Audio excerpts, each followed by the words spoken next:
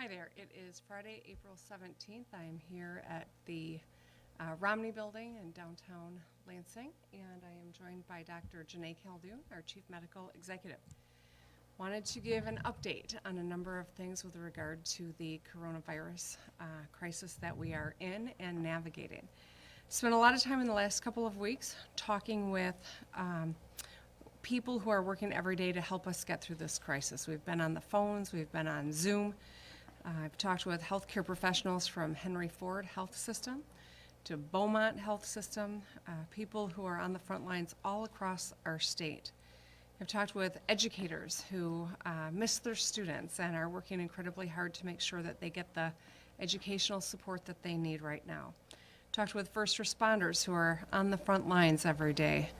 I've talked with people from Detroit to Flint to Grand Rapids to the Upper Peninsula.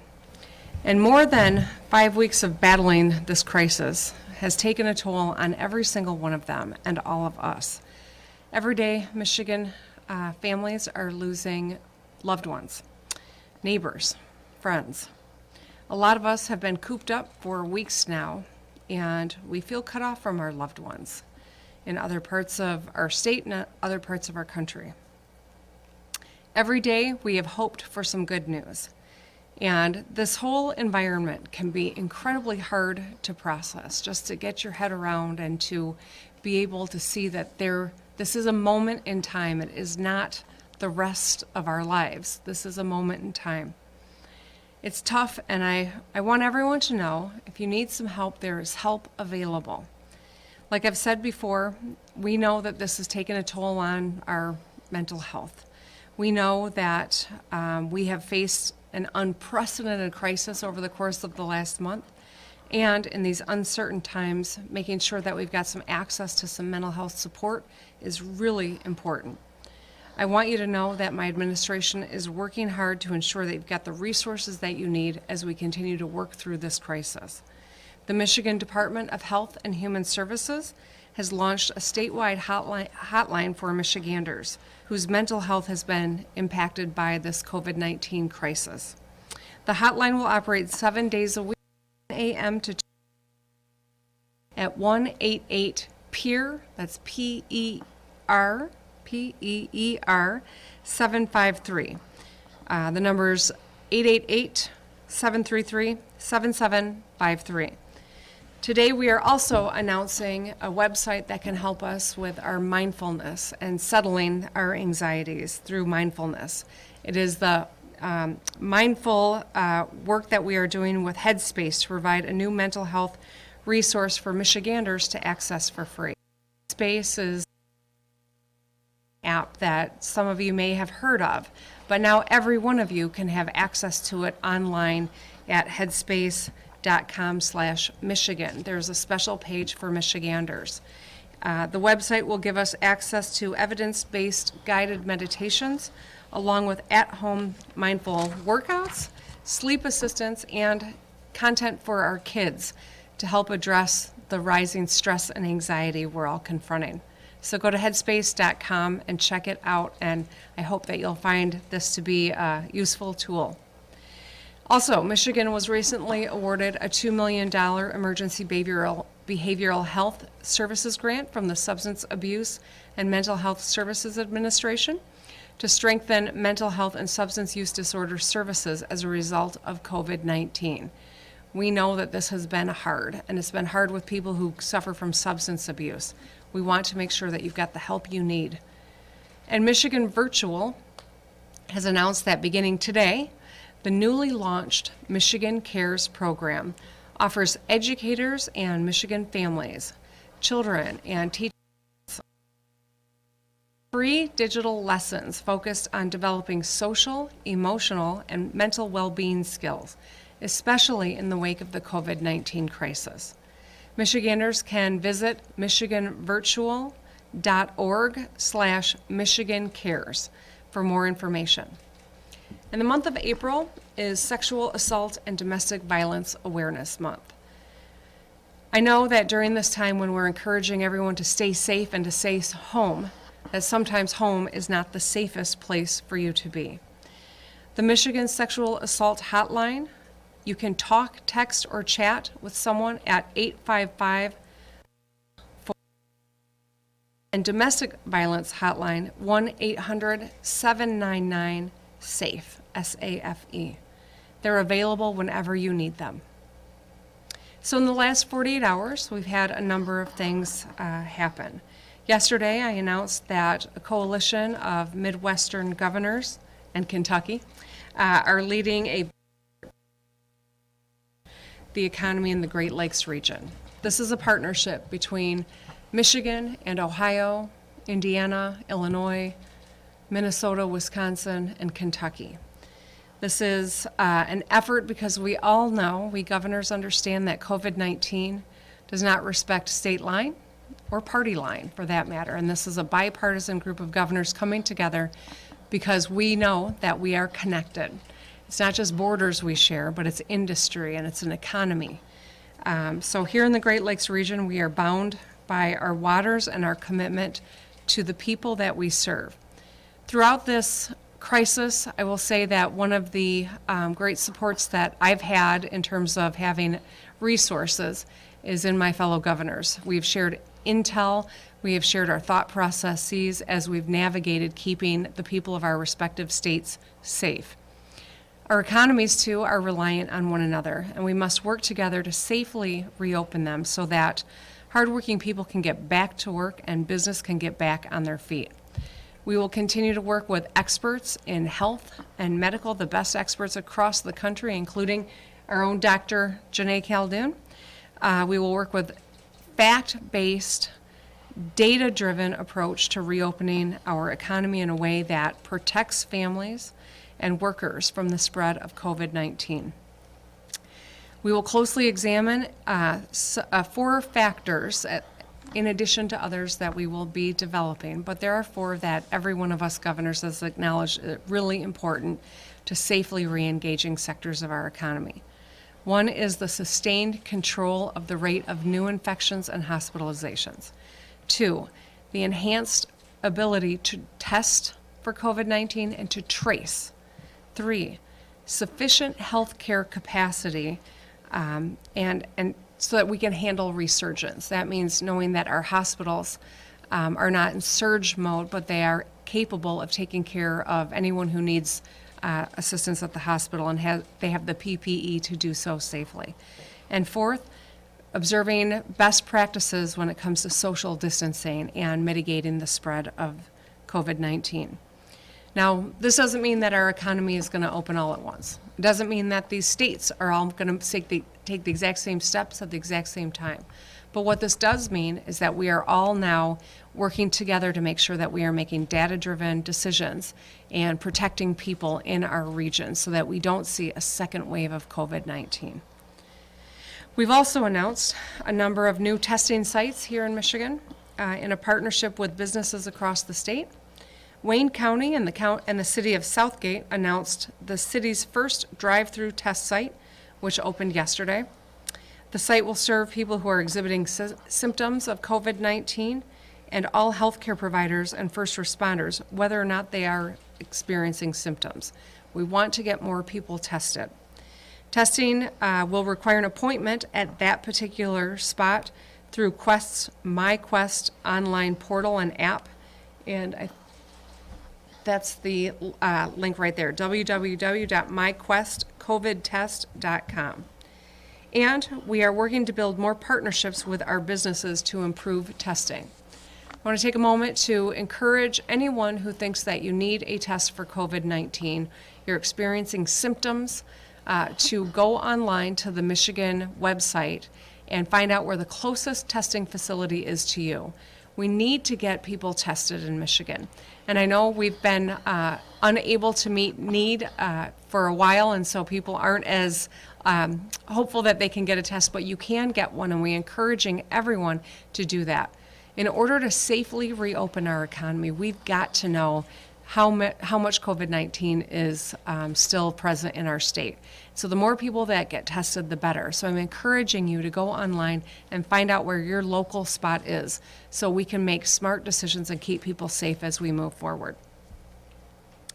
On Wednesday, the MEDC announced that 12 small businesses and nonprofits around Michigan have been awarded a total of $1 million through the Pure Michigan Business Connect COVID-19 Emergency Access and Retooling Grants Program. This program is providing funding to small manufacturers so that they can retool and produce critical health and human service supplies. With this funding, these businesses will begin to make surgical masks, gowns, medical tents, and more. I want to thank Gardner White Furniture, who has donated their fleet of trucks to COVID relief efforts.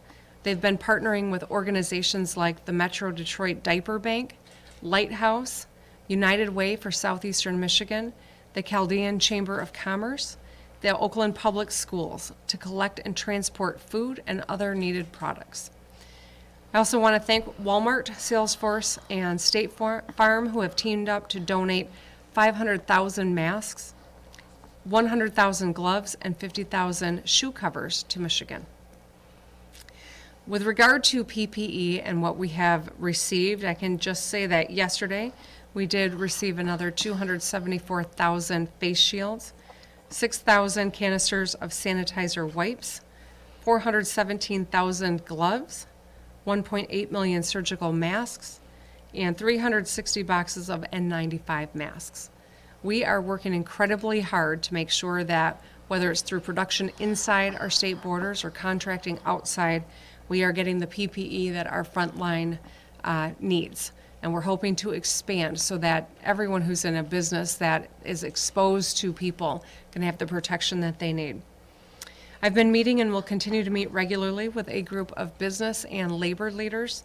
I want to be very clear. The decision to reengage sectors of our economy is going to be based on facts, on science, and on what is the best medical advice that we can get. Right now, the shape of Michigan's epidemic spread curve is still evolving, and social distancing is still crucial. When we start returning to work, we will begin with low-risk sectors. And as a state, we may re-engage our strategy by region, depending on what the data tells us.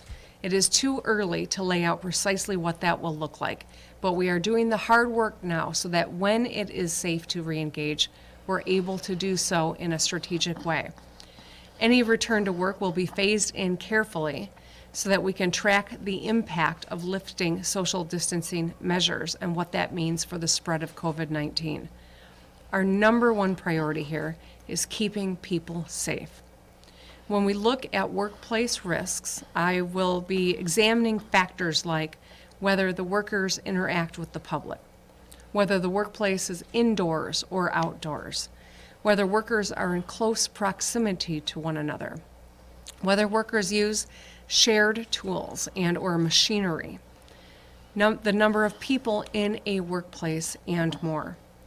I'm working closely with health, business, and labor groups to ensure best practices are used when people do return to work.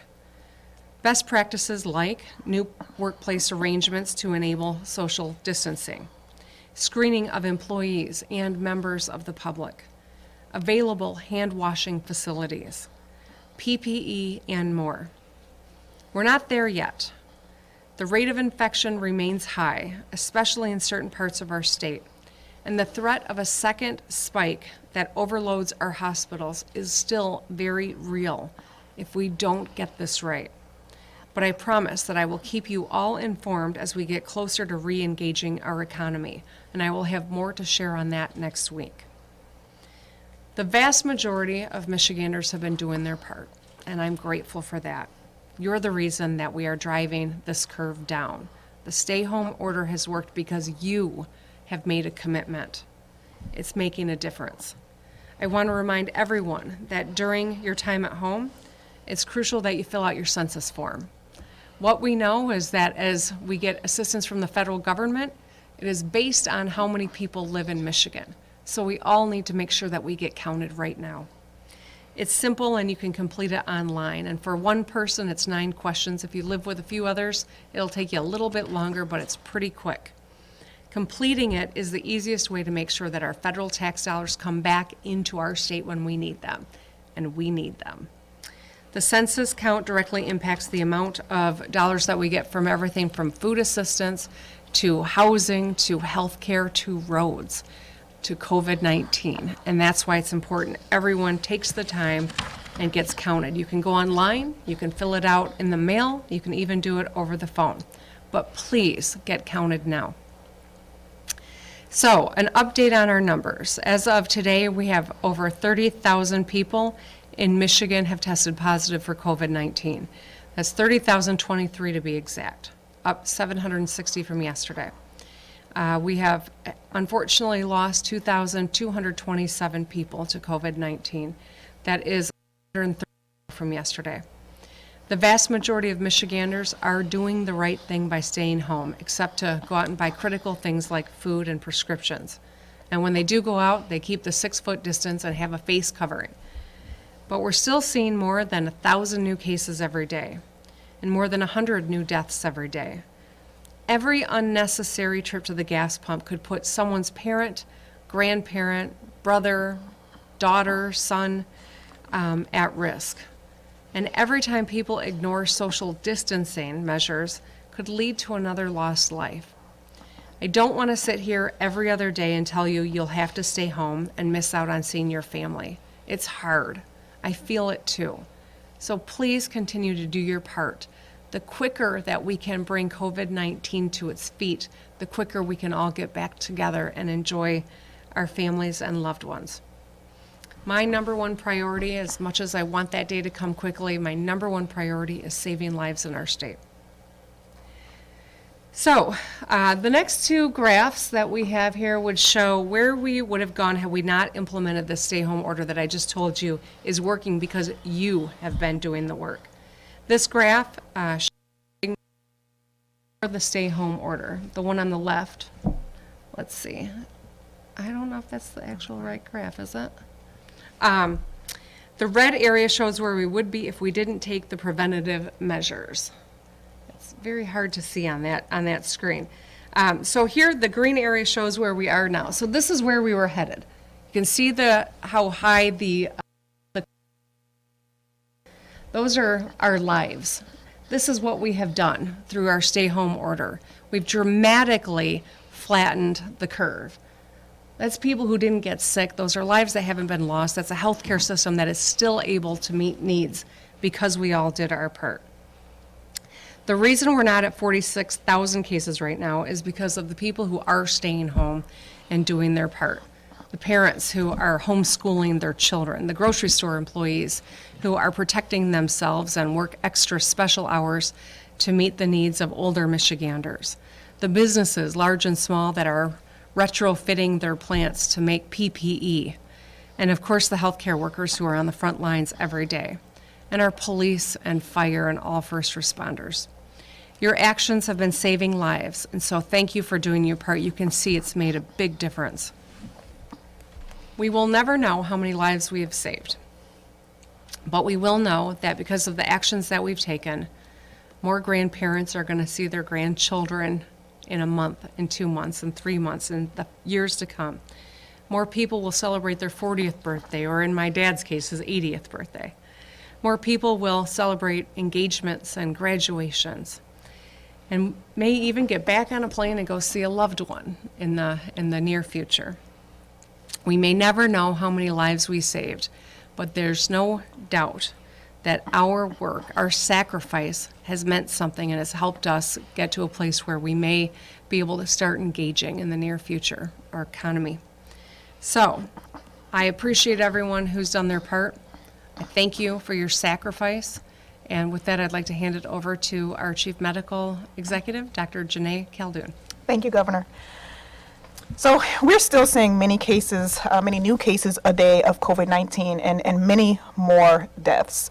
As the governor mentioned, the rate of growth in cases has plateaued, which is definitely a good thing. Some hospitals are actually discharging more patients with COVID-19 a day than they are admitting into the hospital. These are positive signs, and it means that social distancing is working. As I've said before, A plateau in cases still means there are a lot of cases and deaths occurring, and we have to be mindful of this as we move forward with our response. We also know that the curve may look different in different parts of the state when it comes to when we start seeing increases in cases and how many cases those areas will see. We're keeping a close eye on data all across the state so that we can make sure we are appropriately responding. Social distancing remains the single most important thing we can do to prevent this disease from spreading and to save lives. We also know how important data is in this response and making sure the public knows what is going on. While we still need to make some improvements, we've seen some progress. We were one of the first states to actually post cases and deaths by race and ethnicity. And because of that, we know there are significant racial disparities that exist, with African Americans being disproportionately impacted. We've posted a number of people who have recovered in the state.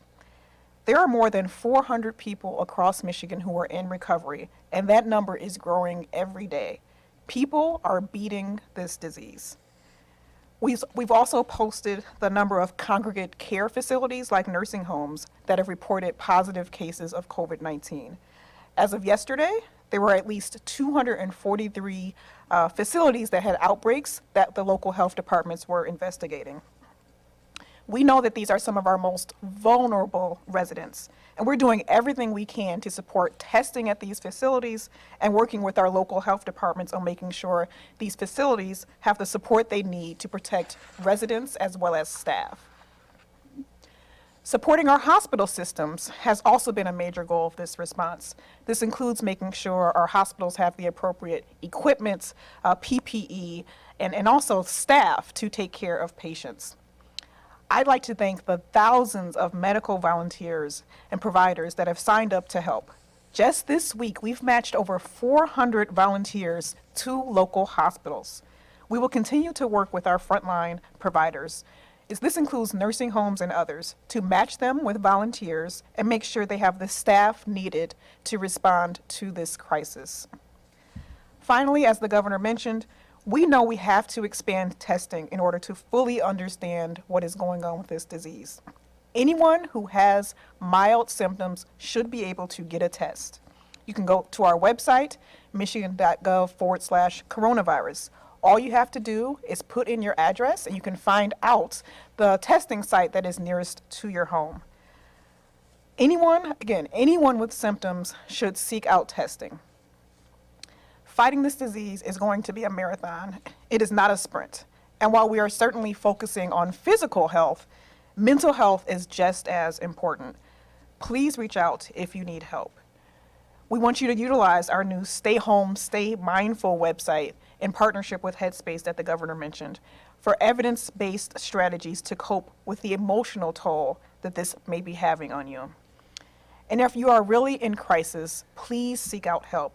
We have a disaster distress hotline at 1-800-985-5990 where you can get help. It's been incredibly challenging for everyone, but we don't want anyone to feel alone in dealing with this crisis. I encourage everyone to continue doing the right thing, abiding by the governor's stay home, stay safe order. It's working, and it's the most important thing we can all do to keep Michiganders safe and to save lives. And I turn it back over to you, Governor. Thanks, Dr. Khaldun. Okay, with that, we'll open it up.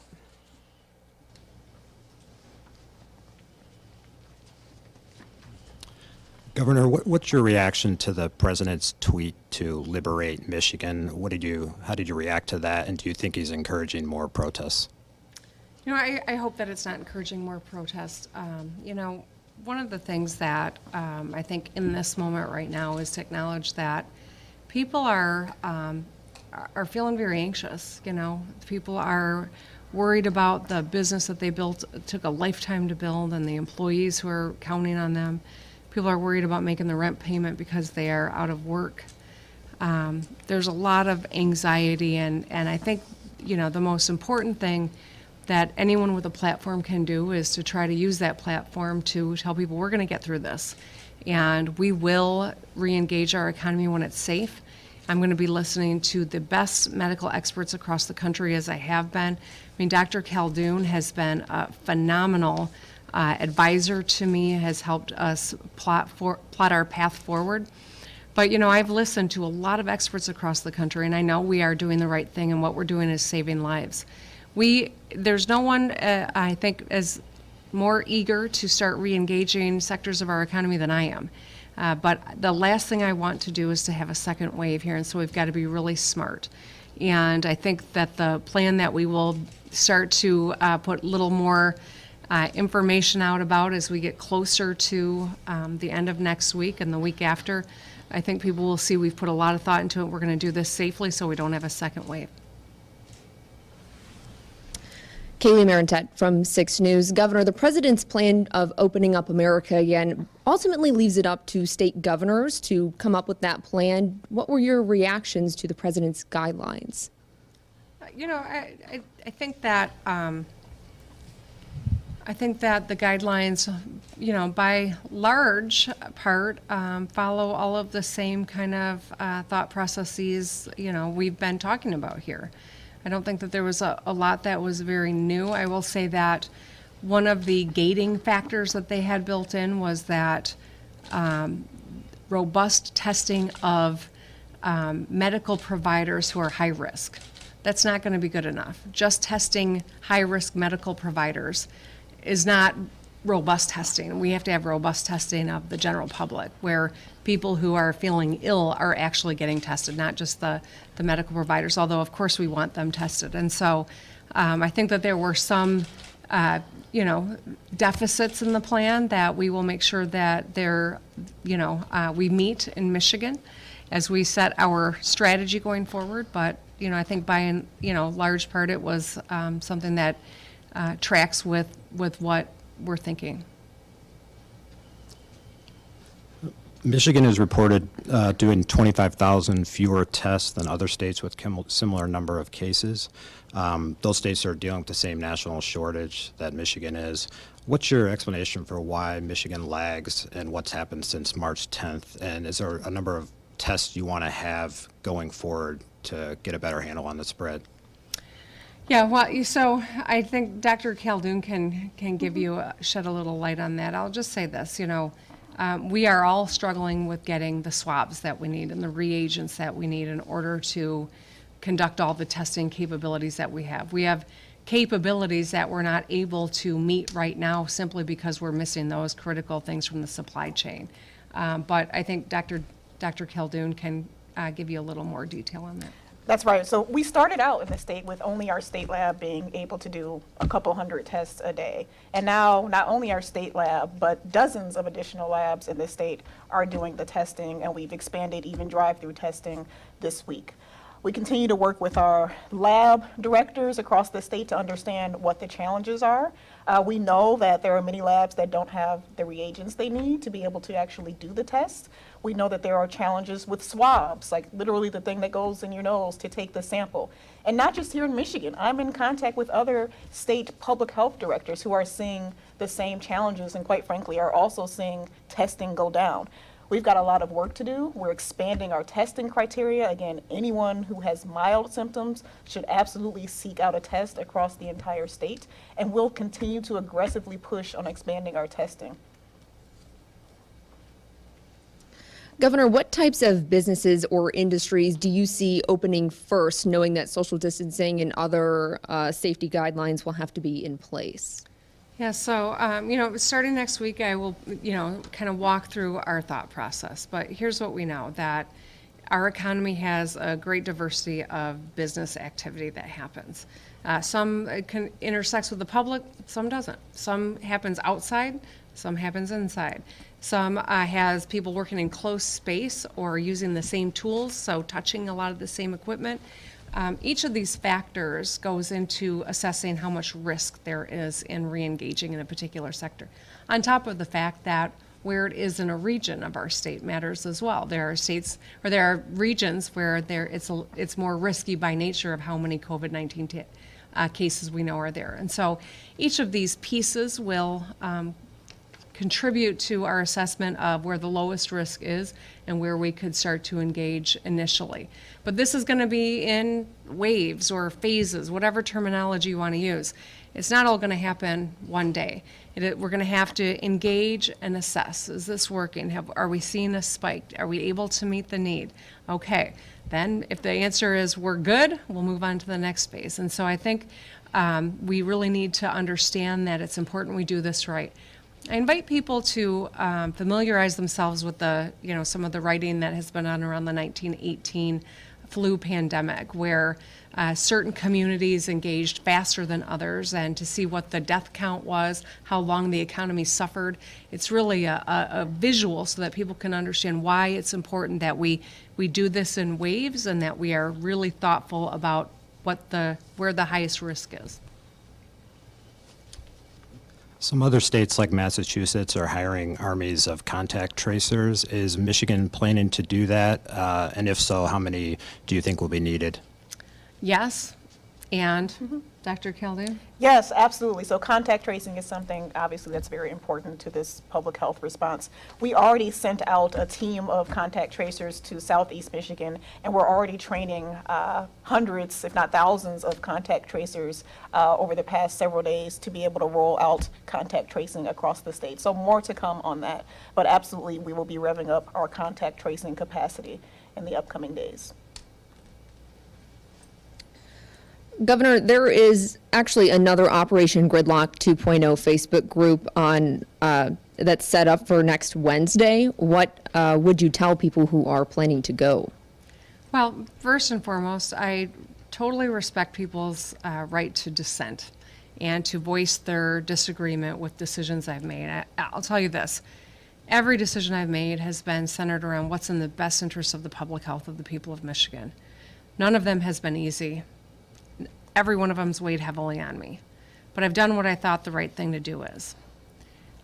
I hope that if people are going to dissent, that they do so in a manner that doesn't compromise their safety or the safety of others.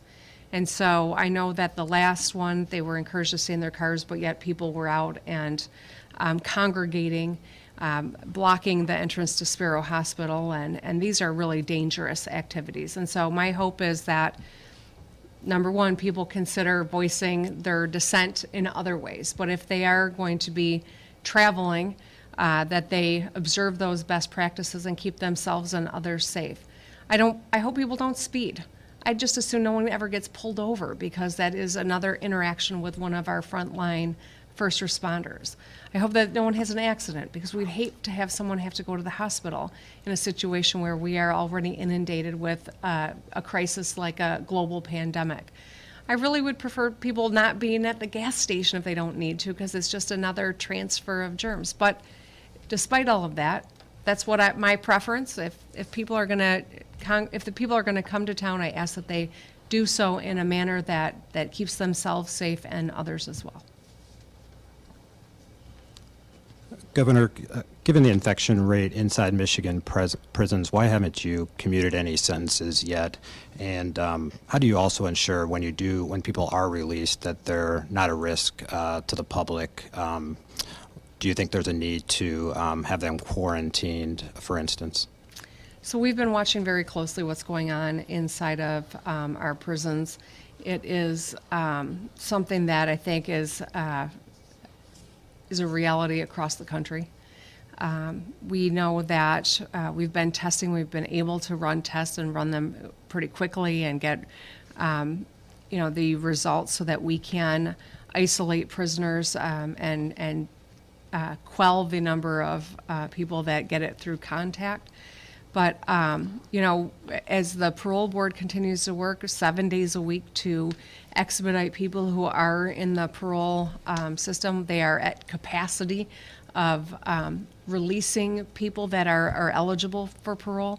Anything that I would do would still have to go through that same system. And so there's nothing I can do right now to increase that number in a safe way to ensure that people have a place to go, and that if they return to society, that they are safe to do so. And so we're doing everything we can on that front at this juncture. We're watching it very closely, and if additional measures need to be taken, we will be prepared to take them.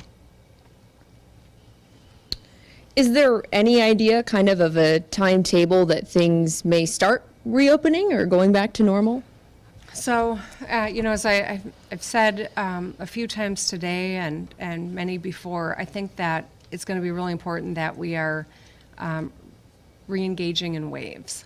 And it is going to take a while before everyone is back to work in the way that we think of it. And even then, our lives may be very different. We may be wearing face masks. We may have new precautions in the workplace that weren't there before. But we will ramp up, and we will get to a place where you can go out and have a bite to eat at a restaurant with your friends and loved ones and do so safely. But it's going to take a little while. I think, as we meet next week, you'll have an opportunity to see a lot of the different thought process that is going behind the strategy. We are moving forward in earnest. It is my fervent hope that we do this. We need to do it right so that we do it safely and don't ever have to think about a stay-home order again is my goal. But it's going to take time people are going to need to be patient, and this will happen in waves. Governor, the candidate filing deadline is next week. Are you considering extending the timeline for candidates to get signatures? And why haven't you acted on, I believe Secretary Benson had made that request to you a few weeks ago? So, we know that these deadlines are critical in terms of keeping our elections on schedule. I know that's something that's really important. We have had a lawsuit as well that I'm not supposed to comment on what's going on with that. And so I think at this point in time, I would just leave it that it's really important that, especially in times of crisis, we protect these fundamentals that are truths of our democracy and our republic, and that it's important that we continue to have our elections, do them as well as we can, and keep people safe in the process. Governor, on Monday, CNN published 2 photos showing bodies piled on the floor of a freezer trailer and another showing bodies in a sleep study room at Sinai Grace Hospital in Detroit. The reporting said that the bodies were being piled in the freezer floor as of last weekend before they published. What's your reaction to seeing those photos, and is the state doing anything about this? I think my reactions seeing them are the same as everyone. It's just incredibly, incredibly sad. I can tell you that there's been a lot of tough days in the last 6 weeks. I'm making decisions that I could never have imagined we'd be confronting as a state and as a globe. We're not alone in this. Unfortunately, the whole world is going through some variation of what we're confronting here. One of the things that we are doing is to make sure that we've got additional cold storage for facilities where there are people that have lost their battle with COVID-19. We just need to pause and think about that for a second. There are a lot of inconvenient things about this moment and that we're all living through and struggling with. But the fact that we're trying to coordinate, as well as getting masks for our frontline providers, cold storage for deceased loved ones of people who we need to make sure we're careful that we handle the bodies appropriately and that they are done so in a respectful manner. That's what the state is working on, to provide that so that our hospital systems that get overwhelmed have got the backup that they need. With regard to the specific situation that you described, Laura is investigating. We want to make sure that we've got the facts, and that is in process.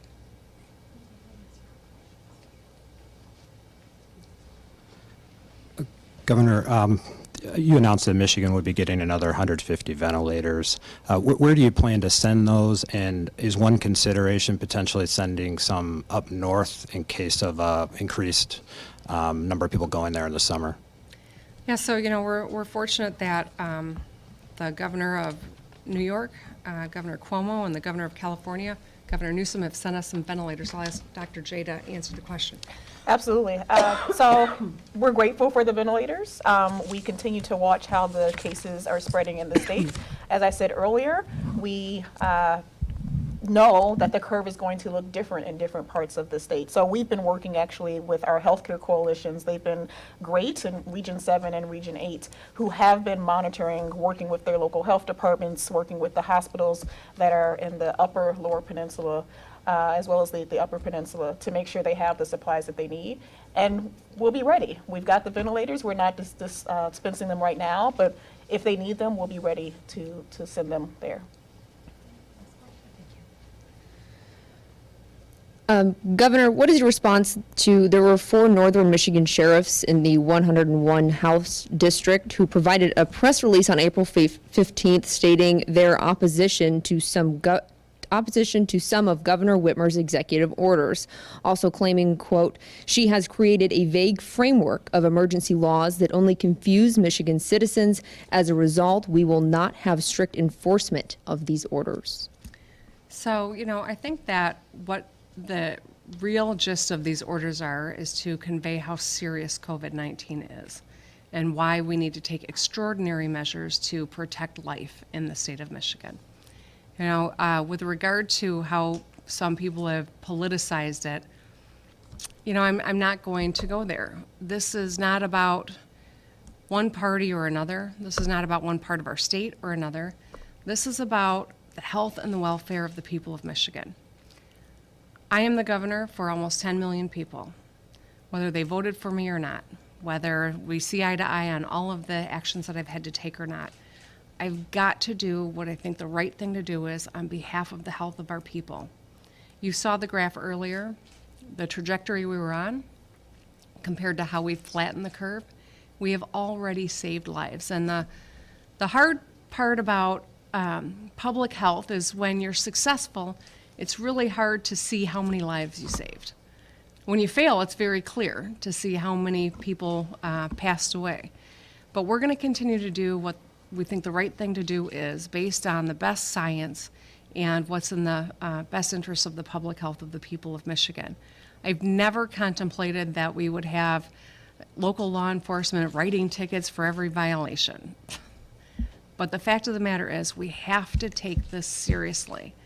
And the fewer people who observe, or the more people that fail to observe the strict stay-home nature of this unique problem that we have, the longer we're going to have to be in a stay-at-home posture.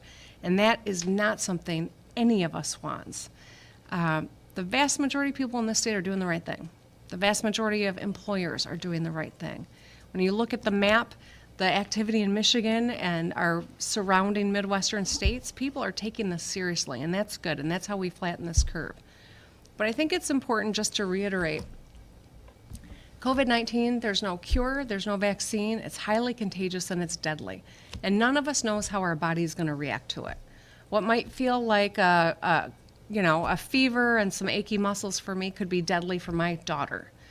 We just don't know, and that's why we don't want it transmitted from person to person. As much as we can stop that, the better. And so this is a moment where we have to do the hard sacrifice that we're asking, but we're all going to benefit when we see that number come down and we can start to re-engage when it's safe to. Thank you. All right, thank you.